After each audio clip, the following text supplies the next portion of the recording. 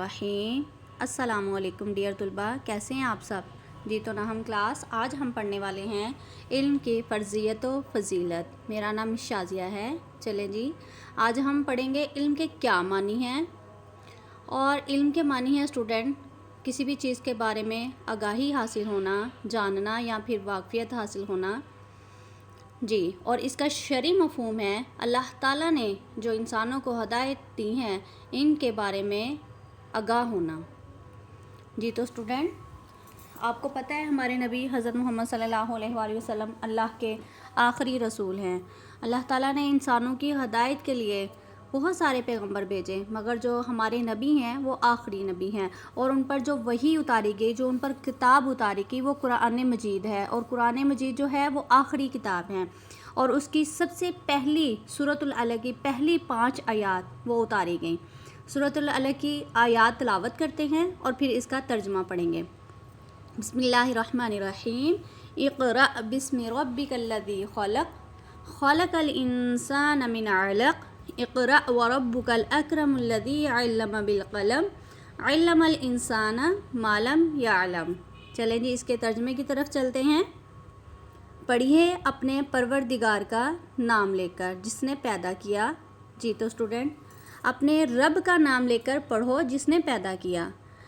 آپ کو میں یہ بات سمجھانا چاہوں گی کہ اس وحی میں جو پہلی قرآن پاک کی وحی نازل کی گئی آپ صلی اللہ علیہ وآلہ وسلم پر، اس میں اللہ تعالیٰ نے تعلیم کے بارے میں، پڑھنے کے بارے میں کہا ہے۔ اسٹوڈنٹ اس میں کوئی بھی عبادت کا تعلق اس میں نہیں کہا گیا۔ اس میں نہ ہی روزے کے متعلق، نہ ہی حج کے متعلق، اور نہ ہی نماز کے، نہ ہی زکوٰۃ کے، کسی بھی چیز کے متعلق نہیں کہا گیا۔ اس میں صرف کس کے متعلق کہا گیا؟ پڑھنے کے بارے میں، تعلیم کے بارے میں۔ اقرأ پڑھ، بسم ربک الذی، بسم ربک الذی خلق، اپنے رب کا نام لے کر جس نے پیدا کیا۔ خلق الانسان من علق، جس نے انسان کو خون کی پھٹکی سے بنایا، جس نے انسان کو خون کے لوتھڑے سے، خون کے گوشت سے بنایا۔ پڑھیے اور آپ کا پروردگار، پھر دیکھیں آیت نمبر 3 میں پھر پڑھیے، پڑھنے کا ذکر آ گیا، یعنی تعلیم کا۔ ان 5 آیات میں اللہ تعالیٰ نے 2 بار تعلیم کا کہہ دیا۔ پڑھیے اور آپ کا رب بڑا ہی کریم ہے جس نے قلم کے ذریعے علم سکھایا، یعنی قلم کے ذریعے جس سے ہم لکھتے ہیں، اور علم ہم اسی سے سیکھتے ہیں، لکھتے ہیں، یاد کرتے ہیں۔ سمجھ میں آئی بات میری؟ اور انسان کو اسٹوڈنٹ وہ باتیں سکھائیں جس کے بارے میں اس کو علم نہ تھا۔ جیسے کہ اب پڑھنے سے پہلے ہمیں کچھ بھی اس کے بارے میں معلوم نہیں ہوتا، جب ہم پڑھتے ہیں تو ہی ہم اس کے بارے میں جان پاتے ہیں۔ جی تو اسٹوڈنٹ آگے چلتے ہیں۔ اللہ تعالیٰ نے انسان کو زمین میں اپنا خلیفہ، اپنا نائب مقرر کیا۔ کس کی وجہ سے؟ علم کی وجہ سے۔ باقی تمام مخلوقات پر فضیلت، برتری حاصل کی۔ کیوں؟ کیونکہ انسان اگر علم حاصل کرتا ہے، علم کی ہی وجہ سے اللہ تعالیٰ نے انسان کو فرشتوں پر فوقیت دی۔ کیسے؟ اللہ تعالیٰ نے فرشتوں کو کہا کہ انسان کو سجدہ کرو۔ آدم کو سجدہ کروایا ہے نا اللہ نے، کس وجہ سے؟ علم کی وجہ سے۔ اللہ تعالیٰ نے وعلم، قرآن پاک میں ہے وعلم آدم الاسماء کلہا ثم عرضہم۔ جی اللہ تعالیٰ نے سب چیزوں کے نام سکھائے اور پھر کہا فرشتوں پر پیش کرو، اور فرشتوں نے کیا کہا؟ ہم نہیں جانتے۔ پھر اللہ تعالیٰ نے کہا میں تو وہ جانتا ہوں جو تم نہیں جانتے۔ پھر حضرت آدم علیہ السلام نے وہ فرشتوں کو پڑھ کے سنائے۔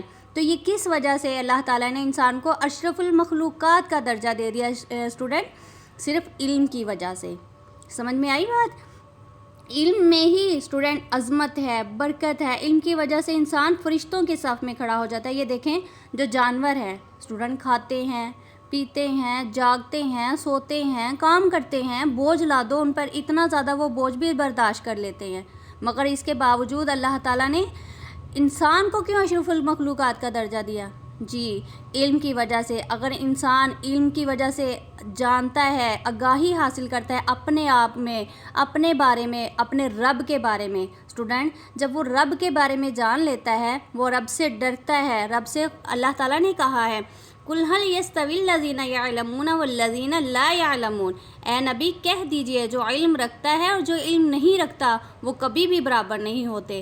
جی تو اسٹوڈنٹ آگے بھی پھر اللہ تعالیٰ نے قرآن کریم میں کہا انما یخشی اللہ من عبادہ العلماء، کہ بے شک اللہ کے بندوں میں سے اہل علم ہی سب سے زیادہ ڈرنے والے ہیں۔ اس سے بھی آپ کو پتہ چلتا ہے علم کی اہمیت اور فضیلت کا اندازہ ہو جاتا ہے۔ بہت سی زیادہ احادیث ہے۔ آپ صلی اللہ علیہ وآلہ وسلم نے فرمایا طلب العلم فریضۃ علی کل مسلم، طلب العلم فریضۃ علی کل مسلم، یعنی طلب علم ہر مسلمان مرد عورت پر فرض ہے۔ اس لیے مسلمان پر ضروری ہے، لازم قرار دیا کس چیز کو کہ وہ علم حاصل کرنے میں کبھی کوتاہی نہ کرے۔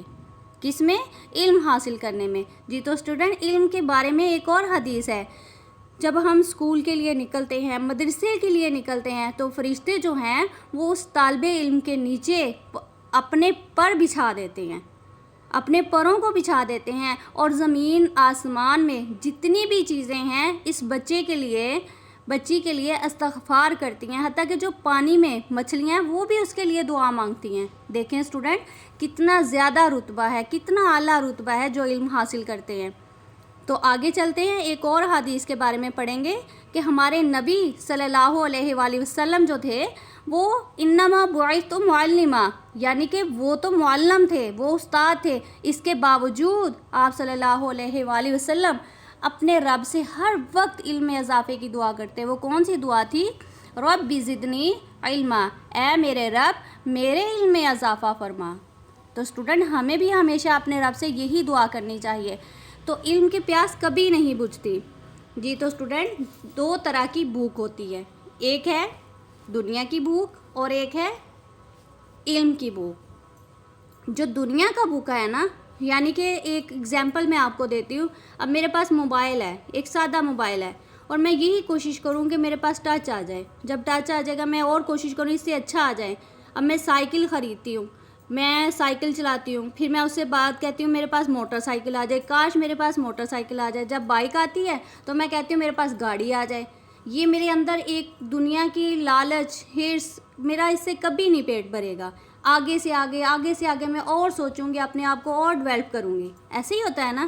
مگر جو علم کا بھوکا ہے نا، آپ صلی اللہ علیہ وآلہ وسلم نے فرمایا وہ کبھی سیراب نہیں ہوتا۔ اسٹوڈنٹ، اس کو کہیں سے کچھ بھی سیکھنے کے لیے ملتا ہے، وہ فوراً اس کو سیکھتا ہے، اس پہ عمل کرتا ہے، اور اس پہ عمل کرنے کی کوشش کرتا ہے اور اپنے ذہن نشین کر لیتا ہے۔ جی تو اسٹوڈنٹ، یہ جو علم ہے نا، یہ تو ہمیں آخرت میں بھی کام آئے گا۔ اس سے ہماری دنیا ہی نہیں سنورے گی، اس سے ہماری آخرت بھی اچھی ہوگی۔ اب ہمیں چاہیے کہ ہم دنیا سے اپنا پیٹ بھرتے ہیں، یا آخرت سے ہمیں بننا چاہیے، یا علم سے بننا چاہیے جو کہ آخرت میں بھی کام آئے۔ آپ صلی اللہ علیہ وآلہ وسلم نے فرمایا ہے علم حاصل کرنا ہر مسلمان پر فرض ہے۔ کیوں فرمایا؟ جی تو اسٹوڈنٹ، جیسے ہم روزمرہ کی زندگی گزارتے ہیں، ہم جاب کرتے ہیں، ہم شاپ چلاتے ہیں یا شاپ کیپر بنتے ہیں، یا ہم کسی بھی شعبے میں چلے جائیں، ہم ایک سودا سلف لینے کے لیے گھر سے نکلتے ہیں۔ اگر آپ کو کاؤنٹنگ نہیں آتی، آپ نے 100 روپیز دیے ہیں، آپ کے پاس 50 جو ہے وہ آپ کو اس نے ریٹرن کرنے ہیں، وہ آپ کے اس کے بارے میں آپ کو علم نہیں ہے اس بات کا، وہ آپ کو کم پیسے دے دیتا ہے، تو آپ کیا کر سکتے ہیں؟ آپ کو جب حساب ہی نہیں ہے، آپ کو علم ہی نہیں ہے اس چیز کا۔ اسٹوڈنٹ، ہمیں زندگی کے ہر شعبے میں، چاہے ہم کسی بھی شعبے سے وابستہ ہوں، ہمیں اس کے حلال و حرام کا ہمیں پتہ ہونا چاہیے۔ اگر آپ تاجر ہیں، کسان ہیں، طیب ہیں، ملازم ہیں، معیشت دان ہیں، سیاست دان ہیں، فوجی ہیں، اسٹوڈنٹ عدلیہ اور قانون نافذ کرنے والے ہیں، کسی بھی اداروں سے وابستہ ہیں، آپ سے متعلق ہر شعبے کے، آپ جو جس بھی شعبے میں کام کر رہے ہیں، آپ کو اس کے حقوق و فرائض، حلال حرام، جائز ناجائز، اس کے بارے میں آپ کیسے سیکھ سکیں گے؟ علم کے ذریعے۔ اگر ہم علم حاصل کریں گے اسٹوڈنٹ، تو ہی ہمیں اس کے بارے میں پتہ چلے گا۔ آپ صلی اللہ علیہ وآلہ وسلم نے فرمایا ہے علماء جو ہیں وہ انبیاء کے وارث ہیں۔ کیسے؟ ہمیں کیسے پتہ چلے گا؟ اسٹوڈنٹ، جب علماء جو انبیاء ہیں اس دنیا سے گئے ہیں، انہوں نے وراثت نہیں چھوڑی، یعنی کہ زمین جائیداد اس طرح کی وراثت نہیں چھوڑی۔ انہوں نے کیا چھوڑا ہے؟ انہوں نے میراث میں کیا چھوڑا؟ ایک علم ہی چھوڑا ہے۔ جس نے وہ علم حاصل کیا اس نے انبیاء کی میراث سے بہت بڑا حصہ پا لیا۔ اس وجہ سے کہتے ہیں علماء انبیاء کے وارث ہیں۔ اوکے اسٹوڈنٹ، یعنی کہ ان کو کہتے ہیں نا، یہ میرا بیٹا ہے، یہ میری بیٹی ہے، یہ میرے بعد میرے زمین جائیداد کی وارث ہوگی، ٹھیک ہے۔ اسی طرح جو علماء کے وارث ہیں، جو انبیاء کے وارث ہیں، وہ کون ہیں؟ علماء، جو تعلیم حاصل کرتے ہیں، جو ان کو جانتے ہیں، ان کے بارے میں عمل کرتے ہیں۔ اوکے اسٹوڈنٹ، آگے چلتے ہیں ایک اور حدیث کی طرف۔ آپ صلی اللہ علیہ وآلہ وسلم نے فرمایا، حضرت ابو ہریرہ رضی اللہ تعالیٰ عنہ بتاتے ہیں، روایت کرتے ہیں، جو علم کی تلاش میں یعنی کہ علم سیکھنے کے لیے کسی بھی راستے پر چلتا ہے تو اللہ سبحانہ تعالیٰ جنت کا راستہ اس کے لیے آسان کر دیتے ہیں۔ یعنی کہ جنت کا راستہ، جنت میں جانے کے لیے اس کی جو بھی اس کے مشکلات پیدا ہوتی ہیں وہ اس کے لیے اس کو آسان بنا دیتے ہیں۔ جی تو اسٹوڈنٹ ایک اور میں آپ کو بتاتی چلوں، رسالت اشاعت علم، جی یہ پیج نمبر 62 ہے۔ عہد رسالت میں آپ صلی اللہ علیہ وآلہ وسلم کے دور میں جب جنگ ہوئی تھی، غزوہ بدر ہوا تھا، تو غزوہ بدر میں جتنے بھی کافر تھے وہ قیدی جو قید ہوئے تھے، تو وہ اس کے بعد آپ صلی اللہ علیہ وآلہ وسلم نے ان سے کہا کہ فدیہ دے کر آزاد ہو جائیں۔ وہ فدیہ جو نہیں دے سکتے تھے کافر، آپ صلی اللہ علیہ وآلہ وسلم نے ان سے کیا کہا کہ جاؤ کام کرو، کام کرنے کے بعد آ کر یہ چیز نہیں۔ آپ صلی اللہ علیہ وآلہ وسلم نے کہا جو پڑھے لکھے تھے کہ مسلمانوں کے 10 بچوں کو پڑھنا لکھنا سکھا دیں تو انہیں آزاد کر دیا جائے گا۔ سبحان اللہ اسٹوڈنٹ، اتنا زیادہ علم کے بارے میں، تعلیم کے بارے میں آپ صلی اللہ علیہ وآلہ وسلم نے لوگوں کو بھی حکم دیا اور خود بھی اس پر عمل کرتے تھے۔ جی تو امام عبداللہ بن مبارک رحمۃ اللہ علیہ سے پوچھا گیا کہ اگر آپ سے کہا جائے کہ آپ کی عمر میں صرف ایک دن باقی بچا ہے تو آپ کیا کریں گے؟ آپ نے کیا فرمایا کہ میں یہ کروں گا؟ نہیں، آپ نے فرمایا کہ میں لوگوں کو پڑھاؤں گا۔ اسٹوڈنٹ یہ جو پڑھنا پڑھانا یہ سارا یہ تعلیم یہ انبیاء کا حصہ ہے، وہ یہی کام کرتے تھے۔ جب اللہ تعالیٰ نے انہیں دنیا میں بھیجا ہے وہ کیا کرتے تھے؟ لوگوں کو سکھاتے تھے، تعلیم دیتے تھے، قرآن و حدیث کی تعلیم دیتے تھے، دنیا میں رہنا سکھاتے تھے کہ ہمیں کس طرح رہنا چاہیے۔ ایک اور جگہ آپ صلی اللہ علیہ وآلہ وسلم نے فرمایا، تم عالم بنو یا طالب علم بنو، یا علم کی باتیں سننے والے بنو یا علم سے محبت رکھنے والے بنو۔ یعنی کہ تعلیم حاصل کرو یا استاد بنو یا طالب علم، یا سیکھنے والے بنو یا سکھانے والے بنو یا سننے والے بنو۔ پہلے سیکھنا، سکھانا، پھر سننا، پھر ان سے محبت رکھنا، یہ 4 بنو۔ ان چاروں کے علاوہ نہ بنو، اگر بنو گے تو ہلاک ہو جاؤ گے۔ یعنی کہ آپ صلی اللہ علیہ وآلہ وسلم کا یہ ارشاد ہے کہ علم سیکھو، سکھاؤ، سنو، عمل کرو، محبت کرو۔ اس کے علاوہ اگر 5واں کون ہے؟ جو شر پھیلانے والا ہے۔ اسٹوڈنٹ جو شر پھیلاتے ہیں وہ اللہ تعالیٰ کو سخت ناپسندیدہ ہیں، اللہ تعالیٰ کو بالکل بھی پسند نہیں ہے۔ تو ہمیں کوشش کرنی چاہیے کہ ہم علم سیکھیں اور دوسروں کو سکھائیں۔ آج جو ہمارا ٹاپک تھا وہ بھی علم کی فرضیت و فضیلت تھا۔ مجھے امید ہے کہ آپ سب کو سمجھ آ گئی ہوگی۔ اپنا بہت سا خیال رکھیے گا اور سوال نمبر 1 وہ یاد کیجیے گا۔ اللہ حافظ۔